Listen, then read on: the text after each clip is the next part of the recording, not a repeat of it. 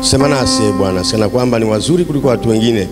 Wapo walio wazuri hawapo leo, wamelala katika viumba vya ugonjwa maututi, wanahesabu dakika na sekunde juu ya maisha yao. Wamezungukwa na ndugu zao wenye akaunti kubwa benki, wameshindwa kuwainua. Wapo waliofungwa magerezani, wamesingiziwa kesi, wanajua tarehe ya kuingia, hawajui tarehe ya kutoka. Wapo wanaotaabika kwa ajili ya misiba, wamekusanyika, waume zao, watoto wao, wake zao wametwaliwa, wamebaki wajane, wagane na yatima. Wapo wanaotaabika kwa ajili ya vita, hawana nafasi ya kumwabudu Mungu. Mimi ni nani Bwana? Ni neema na rehema yako. Hata ndugu tuliozaliwa tumbo moja, wakati wengine hawasemi nami kwa kosa dogo. Upo Mungu unanihurumia, unasema nami nina thamani machoni pako Bwana. Kutana na maswali yetu ya maisha. Tuna maswali kwa ajili ya kazi na nchi yetu. Tuna maswali kwa ajili ya watoto wetu na afya zetu. Tuna maswali kwa ajili ya biashara zetu na ndoa zetu. Tumekosa majibu kwa wanadamu, tumekuja kwako uliyetuumba. Unajua safari ya maisha yetu Bwana. Kaa nasi, hatukuja kupoteza muda. Sina kwamba tuna kazi ya kufanya. Tumekuja kwa heshima kwako Mungu. Tumekuja na sadaka ya muda. Tumekuja na sadaka ya fedha. Mungu, kutana nasi.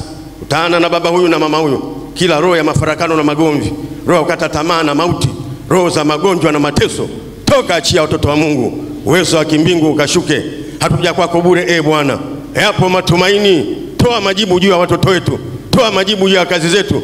Toa majibu juu ya afya zetu. Kutana nasi Mungu. Tunabatilisha kila roho ya mauti, roho ya kuzimu kwa jina la Yesu. Uwezo wa kimbingu ukashuke.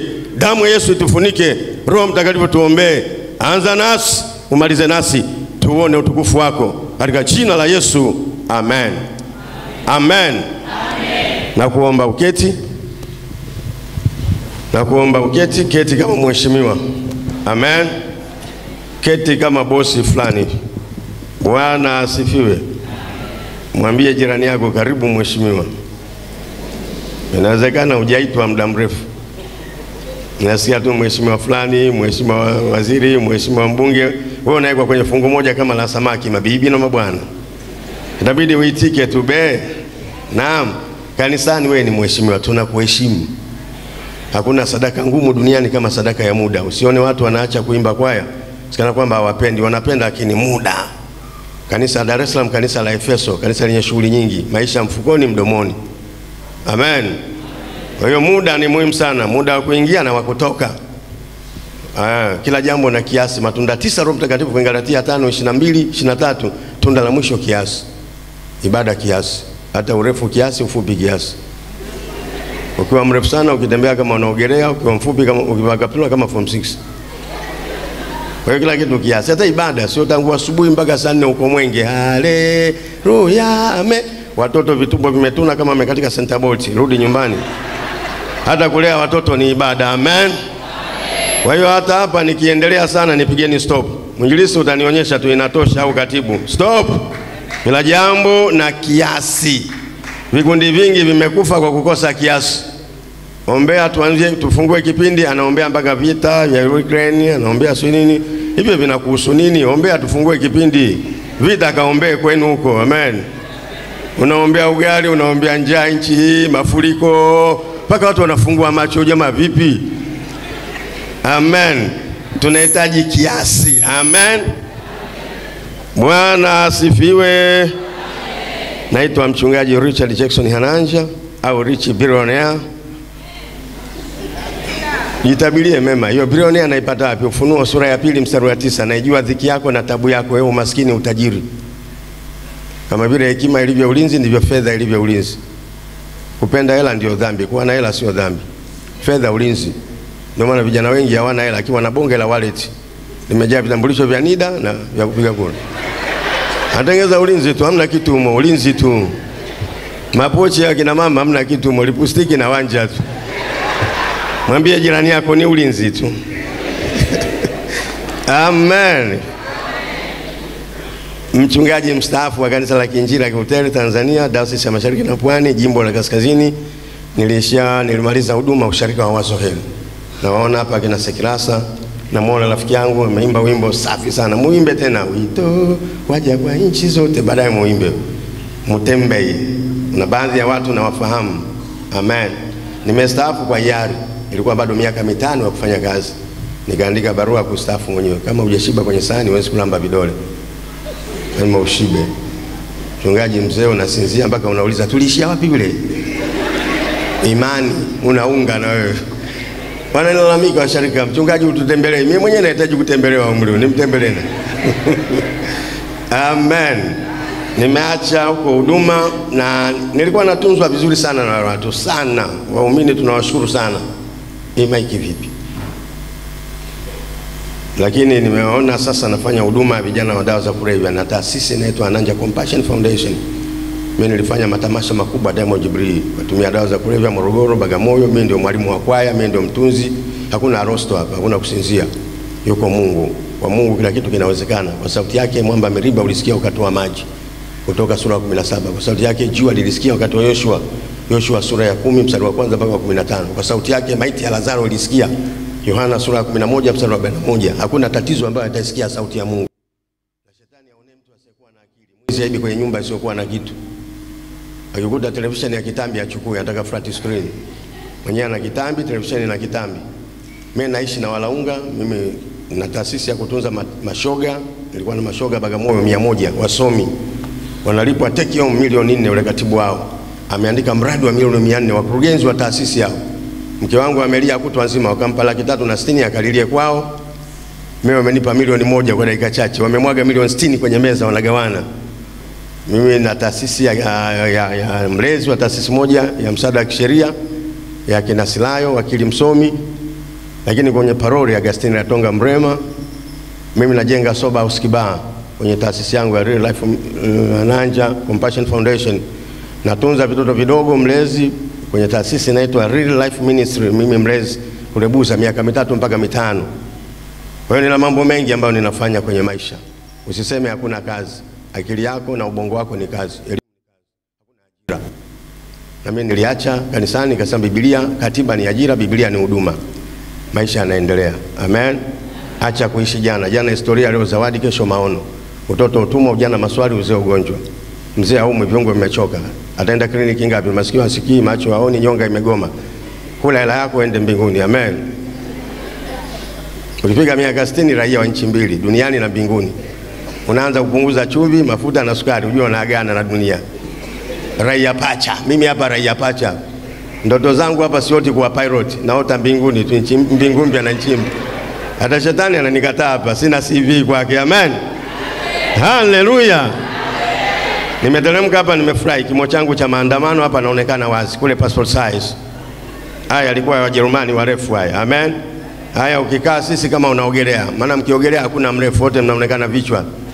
Kwa hiyo hapa nimekuja nionekane live. Jikubali ulivyo mpendwa. Amen. Hata kama una mguu mwembamba kama mkono, usivae dela mpaka unachomekea. Jikubali. Utaanguka bure. Amen. Hiyo ndio tairi yako hiyo. Mke wangu anawasalimu Dr. Rose. Ukimuita kama unaimba note Dr. Rose. Tuitane kwa mbwembwe. Hata mke wako akiitwa Maria, usimwite wewe Maria hiyo kijini, mwite Maria. Mme wako Joseph. Mimi mke wangu ananiita Rich, narudi handsome babu. Hapo. Amen. Kanisani ni mahali pa kufurahi mpendwa. Sehemu mbili duniani za kufurahi, nyumbani na kanisani. Nyumbani ikiwa kama studio umekwisha. Tangu saa 3 mnaingia zogo, ukilala unaambia ndio unajifanya kulala. Ndio maana watu wengi wanalala kanisani. Tunakemea pepo la usingizi, muache alale. Akalale wapi sasa? Nyumbani studio. Amen. Acha alale.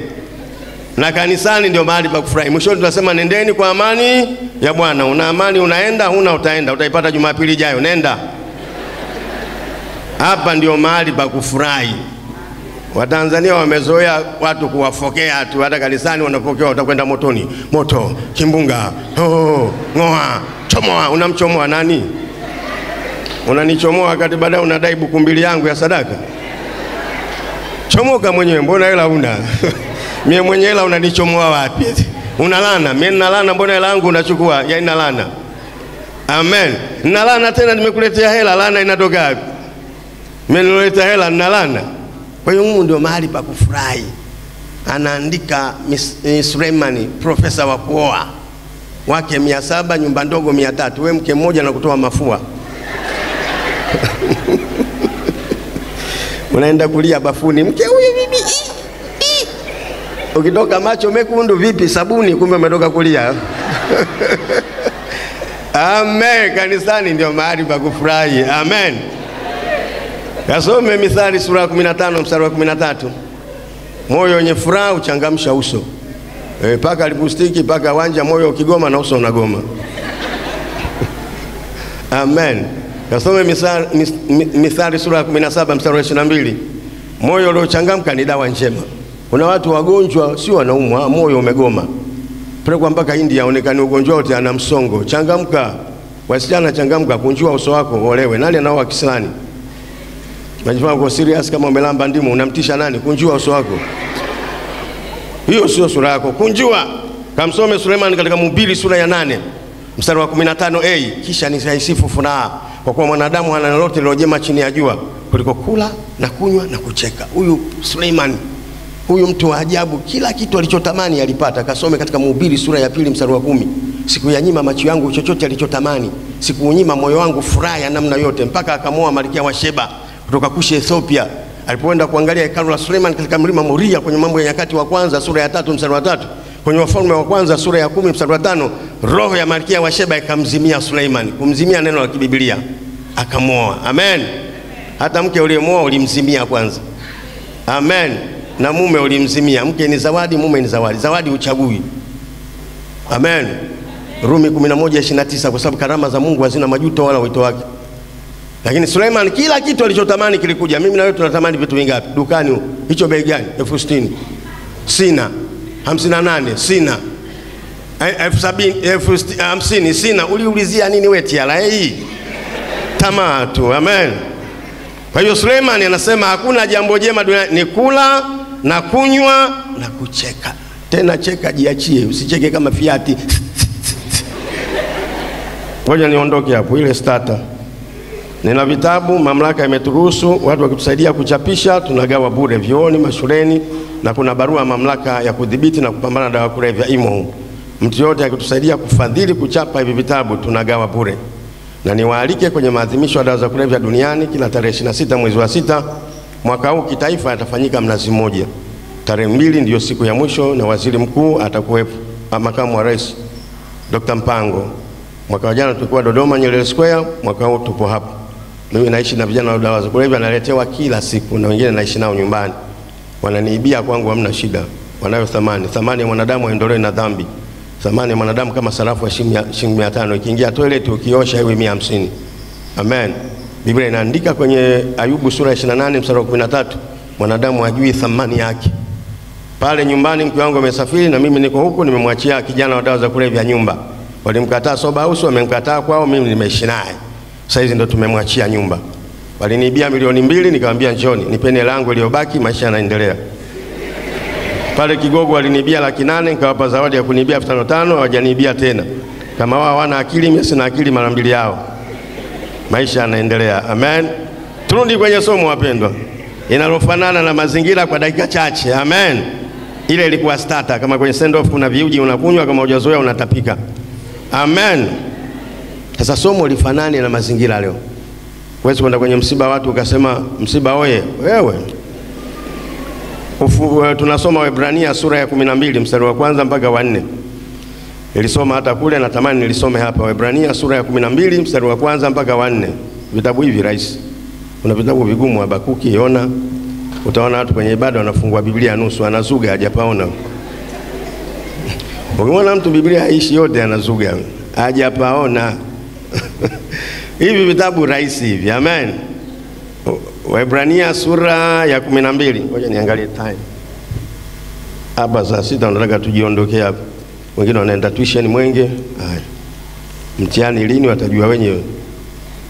Waebrania 12:1-4. Biblia inasema basi na sisi pia, kwa kuwa tumezungukwa na wingu kubwa la mashahidi namna hii, na tuweke kando kila mzigo mzito na dhambi ile tuzingayo kwa upesi, na tupige mbio kwa saburi katika yale mashindano yaliyowekwa mbele yetu, tukimtazama Yesu, mwenye kuanzisha na kuitimiza imani yetu, ambaye kwa ajili ya furaha iliyowekwa mbele yake aliustamili msalaba na kuidharau aibu, naye ameketi mkono wa kuume wa kiti cha enzi cha Mungu.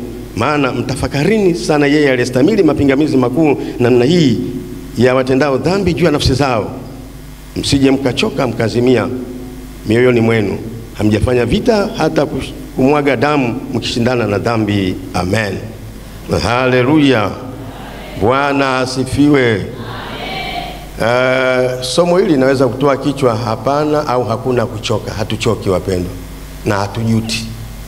Amen. Maisha ni zawadi, mke ni zawadi, watoto ni zawadi, hatutajuta. Elimu ni zawadi. Amen. Na tupate ukombozi wa fikra. Dunia hii sio lele mama. Dunia ni mapambano. Ushindi wote unapatikana kwa kupambana. Amen. Hata hakuna maombi ni uhuru wa bendera. Ukombozi wa fikra ni uhuru wa kiuchumi. Hakuna nyumba ya maombi kamwe. Utaombewa, utazunguka makanisa yote, utawekewa mikono mpaka upate kipara. Hakuna nyumba ya maombi. Fanya kazi. Maana Biblia inaniambia katika Mithali sura ya 14 mstari wa 23, afanyaye katika kila kazi kuna faida, bali maneno matupu huleta hasara. Inaniambia Biblia kwenye Mithali sura ya 22 mstari wa 29, afanyaye kazi kwa bidii atakaa pamoja na wafalme. Na ili ufaulu, soma. Hakuna maombi tu. Amen. Soma. Biblia inasema kwenye Mithali sura ya 12 mstari wa kwanza, Biblia inasema apendaye mafundisho anapenda maarifa. Amen. Soma upate mafundisho, upate maarifa. Hakuna maombi tupu kufaulu. Mtaomba, hata kanisa halijengwi kwa maombi na hela. Amen. Mtafunga mpaka mnaweza mkafa, hakuna malaika watakaojenga kanisa. Fanye kazi mpate fedha. Dunia hii ni mapambano, hakuna kuchoka. Amen. Bwana asifiwe. Mwandishi wa kitabu cha Waebrania jina lake halijulikani, alijificha, lakini kwa sababu kitabu kimekidhi kanuni ya maandiko kikakubalika kwenye Biblia. Kulikuwa na utaratibu na kanuni. Maana dunia ina utaratibu, dunia ina kanuni. Ili ufaulu, soma. Ili ufanikiwe, fanya kazi. Sio unazurura kwenye makanisa. No. Amen. Hata kutembea kuna kanuni. Uzima, mauti. Uzima, mauti. Hii ndio kanuni. Huwezi kutembea namna hii, watoto wote watakushangaa. Unatembeaje? Kuna kanuni. Amen. Amen. Kwa hiyo mwandishi alificha jina lake kwa sababu ya mateso ya kanisa wakati wa Kaisari Nero. Kuna Wakristo walijuta. Wakristo walisingiziwa kuuchoma moto mji wa Rumi. Mwanzoni wakaonekana kama wapinzani wa serikali ya Kirumi. Kwa hiyo wakajuta kuwa Wakristo.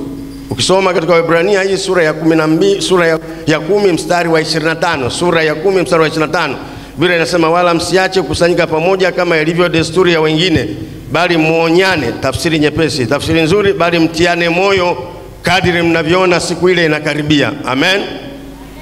Anawatia moyo. Ukisoma katika Waebrania sura ya 4 mstari wa 16, anasema tunahitaji neema ya kutusaidia wakati wa mahitaji.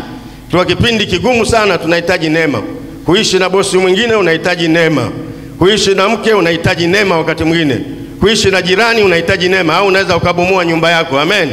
Kuendesha barabarani usikasirike ukampiga makofi bodaboda, unahitaji neema. Maana anagonga taa yako afu anakimbia. Unahitaji neema ya Mungu. Amen. Kuna neema mbili kwenye Biblia. Yohana 1:16. Yohana 1:16. Maana katika utimilifu wake sisi sote tumepokea neema juu ya neema. Neema ya kwanza ya kuokoka. Waefeso 2:8-9. Kwa maana mmeokolewa kwa neema kwa njia ya imani. Haitokani na matendo yenu, ni kipawa cha Mungu, mtu yote asije akajisifu. Neema ya pili ya kutuwezesha kutembea kwenye dunia hii yenye makwazo na umaskini na ukata. Tusonge mbele, tusimuone mwanadamu, tumuone Yesu. Tunahitaji neema yake. Amen. Haleluya. Kuishi na mtu mwingine hata usigeri kuishi naye unahitaji neema. Kuendelea kuimba kwaya unahitaji neema ya Mungu. Amen. Muda umebana lakini unakuja kwenye kwaya. Amen. Bwana asifiwe. Kwa hiyo hii dunia sio lele mama. Tunahitaji mapambano. Ukisoma somo la kwanza utaona Ufunuo sura ya 21. Somo la kwanza lilisomwa hapo. Ufunuo sura ya 21 mstari wa kwanza mpaka wa 4. Yohana amefungwa kisiwani Patmo, jela ya wafungwa sugu, macho yake haoni, lakini anasema kisha nikaona mbingu mpya na nchi mpya. Kwa maana mbingu ya kwanza na nchi ya kwanza imekwisha kupita, wala hapana bahari tena. Nami nikauona mji ule mtakatifu Yerusalemu mpya ukishuka kutoka mbinguni kwa Mungu, umekuwa tayari kama bibi harusi aliyekwisha kupambwa kwa mumewe. Hakuna bibi harusi mzee. Kama hujaolewa tulia. Yuko mtu wako anakuja. Amen. Niliwaona wazee wameoana, mmoja na miaka 70 mwanamke, mwanamume na miaka 80. Yule bibi alipelekwa saluni, nywele zake kama zimelambwa na nyau. Alipigwa wanja mbili zimekaa horizontal. Alipigwa lipstick moja blue moja kijani. Alitembea mwendo wa kunyata kama mnyau ananyemelea panya. Watu wote walimwimbia ana meremeta, hakusema ana fifia. Tulia, yupo Mungu. Amen. Atatengeneza safari yako ya maisha katika jina la Yesu. Amen. Yohana hakuwaona watesaji, aliona mbingu mpya na nchi mpya. Unaona nini kwenye mateso? Amen. Unaona mateso, unaona magonjwa, unamuona Yesu. Bwana asifiwe. Lakini pia anasema kwenye hii somo la pili ambalo tumesoma, Yohana sura ya 16, ule mstari wa 33, anasema ulimwenguni mnayo dhiki, lakini jipeni moyo. Kiswahili chepesi mno, jipeni moyo. Lugha ya asili ya Agano Jipya haisemi jipeni moyo, inasema uwe na moyo mkuu. Ukiwaeleza warokole wa leo kuna dhiki, safuta, anakataa uhalisia. Dhiki ipo hapa, sio paradiso hapa. Amen. Yupo Mungu anayetushindia dhiki. Kila mtu anapita kwenye changamoto yake. Wako watu wamechoka kabisa kwenye maisha haya. Amen. Yohana anasema ulimwenguni mnayo dhiki, lakini jipeni moyo. Tafsiri nyepesi. Tafsiri halisi inasema uwe na moyo mkuu. Tunahitaji watu wenye moyo mkuu kwenye safari ya maisha. Tafsiri ya mtaani, una kifua tukwambie neno. Watu wenye vifua. Amen. Muulize jirani yako, una kifua? Amen. Unacho kifua tukwambie neno. Hapa sio paradiso. Amen. Ndio maana anasema kwenye Ufunuo sura ya 2 mstari wa 9, naijua dhiki yako na tabu yako, wewe umaskini utajiri. Mungu anajua mateso yetu na mapito yetu, anaijua safari yetu ya maisha. Anasema kwenye Ayubu sura ya 23 mstari wa 10, lakini yeye aijua njia niendeayo, na kisha nijaribu nitatoka kama dhahabu. Kutoka ni lazima. Tutatoka kwenye magonjwa na mafarakano, tutatoka kwenye mateso katika jina la Yesu. Hii ni ahadi ya Mungu. Amen. Tunairithi kwa imani. Amen. Waebrania sura ya 6 mstari wa 12, lakini hao warithio ahadi kwa njia ya imani. Amen. Hata kama macho ya damu na nyama amekata tamaa, macho ya rohoni anaona ushindi katika jina la Yesu. Amen. Bwana asifiwe. Amen. Na Mungu anakupitisha kwenye dhiki, anakupitisha kwenye shule yake. Wakorintho wa 2 sura ya 1 mstari wa 4. Wakorintho wa 2 sura ya 1 mstari wa 4. Yeye atufarijie katika dhiki zetu zote, ili na sisi tuwafariji wengine wanaopita kwenye dhiki kama sisi. Wakorintho wa 2 sura ya 4 mstari wa 17. Dhiki yetu ni nyepesi na ya kitambo, itatuletea utukufu. Iko heshima inarudi. Katikati ya dhiki hii Mungu anarudisha heshima. Amen. Wathesalonike wa kwanza sura ya 3 mstari wa 3. Mtu yoyote asinifadhaishe na dhiki zangu unazopitia, maana nimeitiwa hizo. Wakati mwingine omba wachokozi waongezeke. Kwenye maombi yako sema wachokozi ongezeka, ongezeka, wachokozi ongezeka. Amen. Wewe sio kazi yako chomoka na kuchomoa. Unamchomoa nani? Washindwe. Mimi nilitoka Chunya kwenye dhahabu. Nilichimba dhahabu, nikachimba Tanzanite. Nachonga vinyago. Nimetoka kwenye dhahabu nikanunua kiwanja hapo. Niliwaambia hata jana. Na jirani yangu mmoja akanichokoza, nikasema huyu Mungu anisaidie huyu mchokozi, iki kiwanja nitakipata tu. Na mimi napenda kufuga paka, nikamchukua nyau nikamnyoa panki. Nikamvalisha ushanga, nikamvalisha vitambaa kama hilizi, nikamtupa pale. Hakuondoka yule bwana. Anakuja kuniambia tu hapa wananiroga sana. Kumbe nilomtupa ni mimi. Niombee kaza hapa tu, nitakuombea baadaye. Sasa naomba nini? Mimi ndo niliotupa, afu naomba nini? Nikaona hakuondoka, nikasema ngoja nitampatia tena huyu. Nikamchukua jogoo, bonge la jogoo nafuga, nikamnyonyoa manyoya bila kumchinja. Nikamfunga ushanga, kufunga kama ilizi, nikamtupa pale. Jogoo mko mzima amenyonyolewa anavyotembea hivi. Mwenyewe amekuja ameniambia, bwana nipe kidogo kidogo hela hapa ninakuuzia. Amen. Katikati ya wachokozi Bwana anafanya jambo katika jina la Yesu. Amen. Kwa Mungu hakuna bahati mbaya. Mithali sura ya 16 mstari wa 4. Bwana amefanya kila kitu kwa kusudi lake, naam hata wabaya kwa siku ya ubaya. Nikamlipa hela kidogo kidogo ninavyopenda mimi, na jogoo nikamchinja, nikafanya mchuzi. Amen. Nimepata kiwanja. Hakuna bahati mbaya kwa Mungu. Katikati ya wachokozi iko asali. Amen. Katikati ya mzoga itoke asali, yuko Mungu. Amen. Kama Penina asingekuwepo, Hana asingepata mtoto. Angeomba maombi ya unyonge. Hayo mapito unayopitia Mungu ameruhusu katika jina la Yesu. Ni zawadi ili utoke watu wamuone Mungu wako kwa jina la Yesu. Amen. Hiyo zawadi uchagui. Hata mume aliyekuoa ni zawadi. Uliyetaka akuoe wala sio huyo. Ametokea mtu mpaka unashangaa hivi ukatokea wapi? Ndio huyo naye. Hayo unayoona ndio menu hiyo. Kula menu hiyo. Ulikuwa huna menu. Hizo vituko ndio menu yenyewe. Soma menu hiyo. Amen. Bwana asifiwe. Mume ni zawadi. Kule nilitoa mfano, walikuja wageni siku moja wakanitembelea kwenye usharika wangu. Alafu wakatangaza ibada, tunampa mchungaji wenu zawadi. Bwana, watu walishangilia. Tunampa mchungaji wenu zawadi. Sitaki kuwataja wakina nani. Wametoka nje. Tumepata tabu hata tusijua Kiingereza wote. In fact, of course, Utafanyaje sasa? Na huko unaomba namba zao. Lugha hivyo in fact, of course, yes. Kila mahali in fact, of course, yes. Alafu bado yes. In fact, tumehangaika nao siku.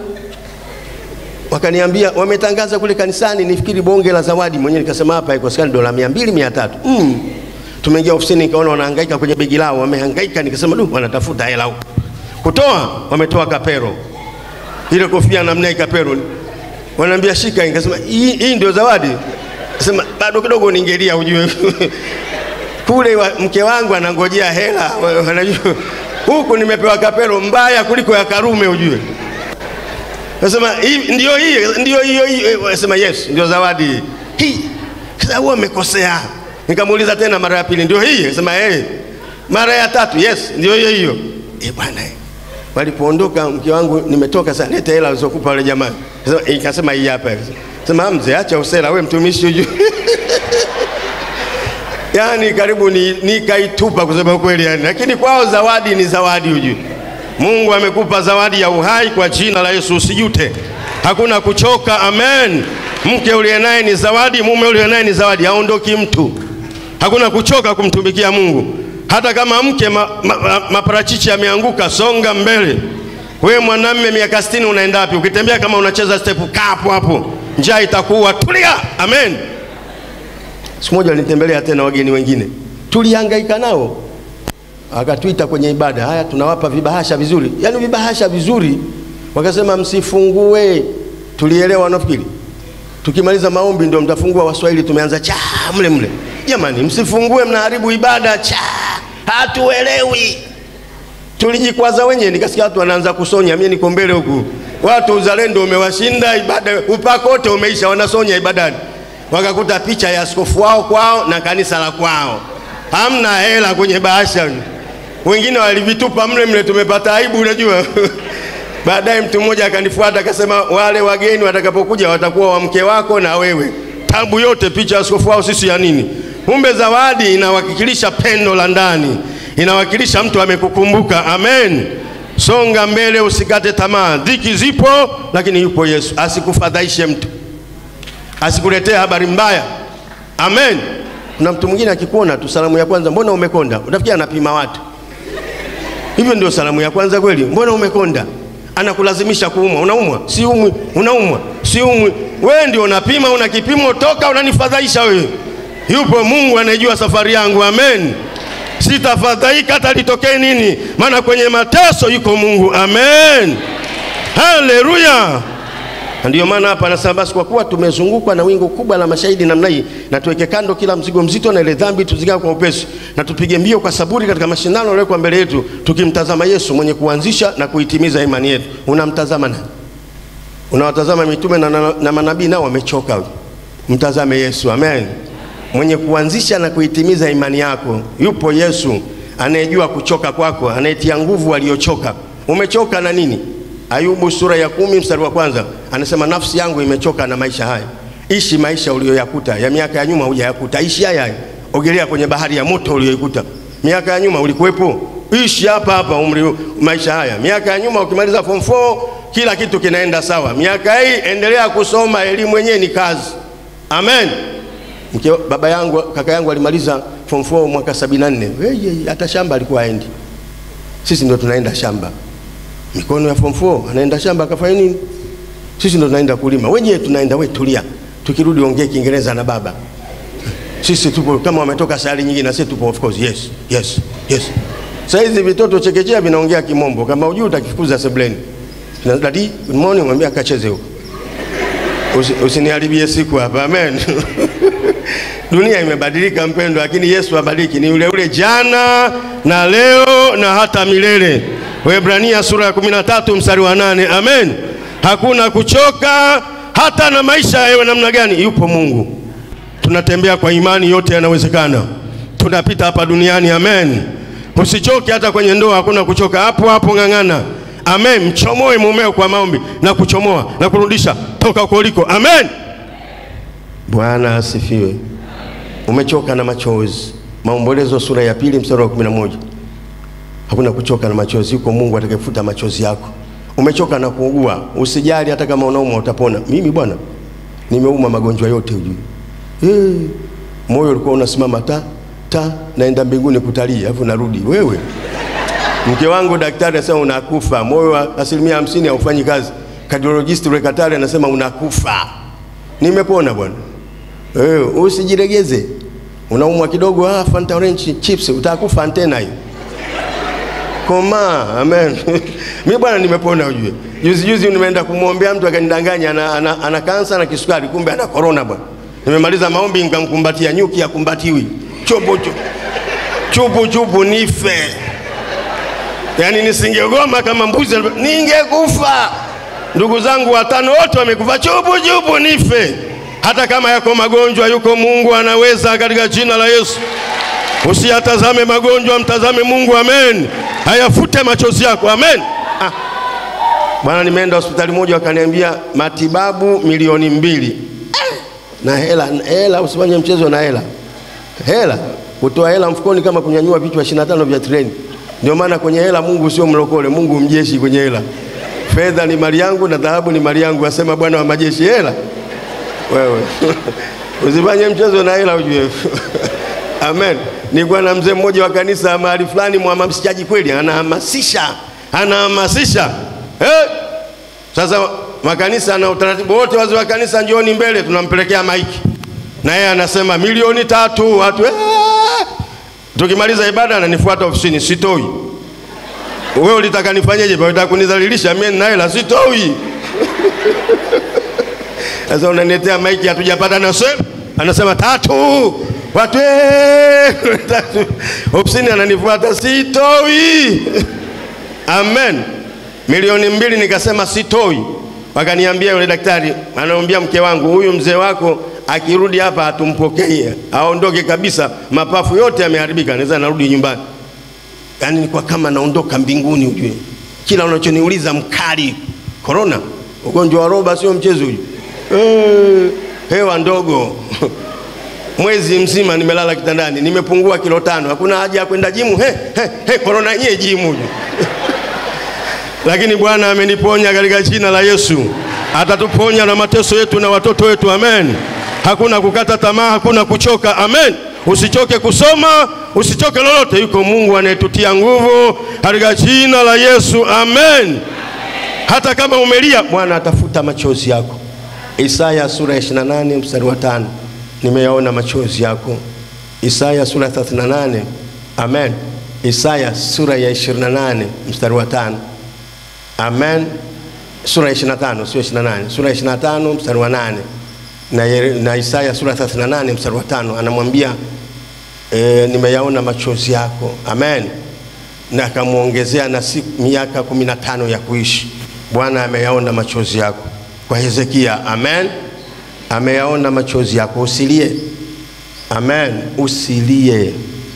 Yeremia sura 31 mstari wa 16. Zuia sauti yako, usilie, na macho yako asitoe machozi, kwa maana kazi yako imepata thawabu. Lala usingizi mtamu. Sema mimi napata pressure, mume wangu sikaenda wapi, utakufa bure. Hakuna cha pressure wala nini. La. Amen. Amen. Kasome Mhubiri sura ya 5 mstari wa 11 na 12. Mhubiri 5:11-12. Mali ikiongezeka walao nao ongezeka, mwenyewe tamsaidia nini ila kuitazama kwa macho. Mstari wa 12, usingizi wa kibarua ni mtamu, ya kwamba amekula kingi, ya kwamba amekula kidogo, kushiba kwa tajiri ya Mimi silali na linda nini? Matajiri ndio hawalali. Panya akigusa kidogo tu, wewe nani tabunduki. Mimi nalala na koroma mikoromo yote, sauti ya kwanza, ya pili, ya tatu, ya 4. Amen. La. Unapanda pressure ya bure, woga wako tu. Amen. Acha hofu. Hatukupokea roho ya utumwa iletayo hofu, tumepokea roho ya wana ambao kwa hiyo utalia Aba, yani baba, tena tuwarithi pamoja na Kristo. Rumi sura ya 8 mstari wa 15. Mstari wa 16, roho zetu na roho wa Mungu hushuhudia ndani yetu kwamba sisi ni wana wa Mungu. Mstari wa 18, na hesabu mateso wakati wa sasa si kitu kuliko utukufu utakaofunuliwa baadaye. Mstari wa 26, kadhalika roho tusaidia kuomba kwetu, maana hatujui kuomba ipasavyo, huugua kusazwa kutamkwa na mwanadamu. 28, sasa najua Mungu utenda kazi na wale wanampendao kuwapatia mema siku za mwisho. 31, nini kitatutenga na upendo wa Kristo? 37, katika mambo yote tunashinda na zaidi ya kushinda kwa yeye anayetupenda. Amen. Yupo Mungu anakupenda, hata kama wanadamu wamekutupa, Mungu hakutupi. Amen. Zaburi ya 94 mstari wa 14, Mungu hamtupi mtu wake mkamilifu. Acha watu wakuache, yuko Mungu hakuachi katika jina la Yesu. Amen. Usichoke. Hakuna kuchoka.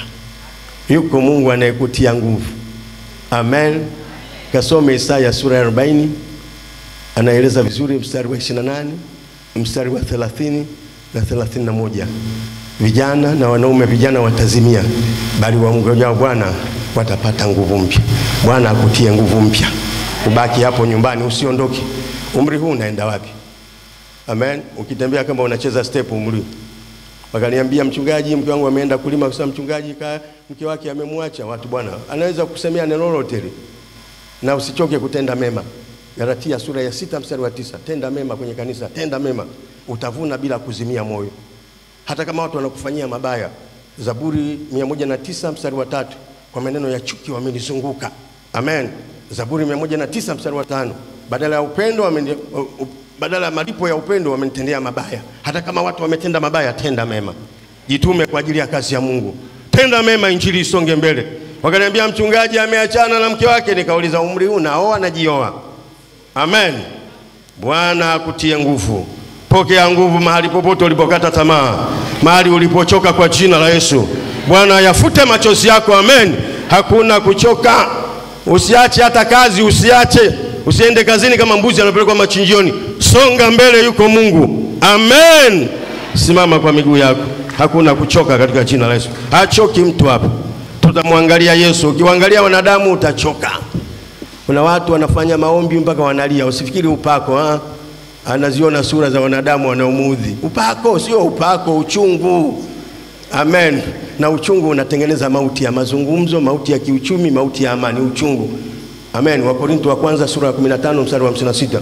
Waebrania sura ya 12 mstari wa 15. Angalieni shina la uchungu lisije likachipua katikati yenu likawaharibu wengi. Hausigeri mwenye uchungu avui nguo zikatakata. Anaofua sio mikono, moyo. Anatundika tu zeli na nitesa, anatundika hivi. Amen. Muuza duka mwenye uchungu utafilisika. Akiuliza mtu mara mbili kama hujasikia, basi duka limekufa hilo. Mungu akuondolee uchungu katika jina la Yesu. Awatunze watoto wako kwa jina la Yesu. Amen. Hakuna kuchoka kusoma, soma. Amen. Elimu ina faida. Tulia nikuombe. Umechoka na nini? Muulize jirani yako, umechoka na jambo gani? Hata kanisani umechoka, unakuja hivyo hivyo. Tumie kanisa hili mimi hapa hamna kuchoka mpaka Yesu anarudi.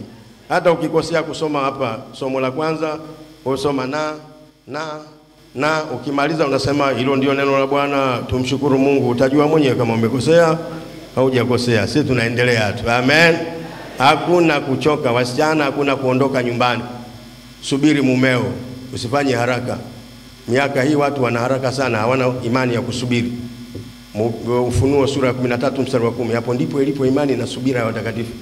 Wanamhamasisha Mungu na vijimbo vyao. Usiache Bwana mwaka huu upite. Ukipita unafanyaje? Mungu shemeji yako, toka. Wewe subiri uone mkono wa Bwana. Amen. Vijimbo vyenu hivyo ya kijinga hivyo, usiache Bwana mwaka ukipita. Mapenzi yako yatimizwe, ndio sala bora duniani, sala ya Bwana. Hizi sala nyingine zote mbwembwe, unatemea maiki Bwana. Wewe unatemea maiki tu. Bwana, toka wewe. Haleluya. Wewe msukuma, achana na hiyo wewe. Amen. Wewe subiri uone mkono wa Bwana. Mungu aliumba ulimwengu kwa siku 6. Angeweza kuumba kwa siku moja. Maisha ni hatua kwa hatua. Maisha ya mwanadamu yana vituo. Amen. Subiri. Ngoja nikuombe. Baba, katika jina la Yesu. Yapo mambo mengi yametuchosha. Wakati mwingine hata kuimba kwaya tumechoka. Tunaimba kama sura zimelamba ndimu. Mungu tusaidie. Kuna wasichana wamechoka, wanataka kuolewa na wazee wakicheka kama wanalia, wakitembea kama wanacheza step. watulize hao wasichana. Wakati mwingine watashindwa kuongoza nao, waume zao wapo. Wapo waliochoka kusoma, sio wanataka wakauze chipsi. Wana mipepo hawataki kusoma. Wapo wana wachumba wengine 11 kama Serengeti Boys, toka kwa jina la Yesu. Kuna wengine wana uchumba miaka 5 kama wanasomea udaktari, hata amesahau sura ya namba ya simu ya mchumba, toka. Maroho ya madeni. Tumechoka na mafarakano, nyumba kama studio, hakuna kulala. Yesu tusaidie. Tumechoka, watoto hawasikii. Tungeulizwa kabla ya kuzaliwa tungekikataa hicho kitoto. Kimetuchosha, kinakula madawa, kinatuibia. Mungu tutie nguvu. Tie nguvu mama huyu, tie nguvu baba huyu. Kuna mahali tumefika tumekata tamaa hata kuja kusali, tumechoka. Kuna ibada zinaendelea muda mrefu mpaka tumesahau somo limeanzia wapi. Baba tusaidie kwa jina la Yesu. Roho Mtakatifu tuombee. Mambo mengine kwenye makanisa wala yana faida yote, lakini tunayasikia tumechoka. Tunahitaji nguvu, hakuna ambaye hajachoka. Wengine wamechoka kwa kuumwa, anatamani kufa, afi mtu hapa. Mpaka tutembee tushike mkongojo tufikie uzee. Tunahitaji wazee katika maisha haya. Hakuna kufa mapema, hakuna magofu yatakayobaki hapa. Majumba yamejengwa, watu hawaishi. Tunahitaji roho ya kustawi. Tumechoka na madeni mpaka tunaogopa kupokea simu. Sasa nitumie kwenye namba hii inadaiwa, toka nayo mideni katika jina la Yesu. Tumechoka, wengine hatuna simu za maana, tuna visimu vimepigwa na babendi kama imepata ajali simu. Mungu tusaidie, tumechoka na maisha, tumechoka na mapito ya dunia hii. Wengine wamelia machozi, wanalia bafuni. Yesu tusaidie. Wengine wanalia usiku, Bwana futa machozi ya watoto wako. Kuna walio na magonjwa ukawaponye katika jina la Yesu. Upo Mungu unayeweza, katika damu ya Yesu na kwa jina la Yesu. Tusaidie Mungu. Tukutazame wewe, tutazame matatizo. Tutazama matatizo utakata tamaa. Upo Yesu unayejua safari yetu ya maisha. Tusaidie, usituache. Neema yako yatosha katika jina la Yesu. Amen. Hata maombi yanakuwa burudani. Sio maombi yanakuwa kama ugomvi na kuchomoa. Unanichomoa wapi? Amen. Jamani mbarikiwe jamani. No kuchoka. Amen.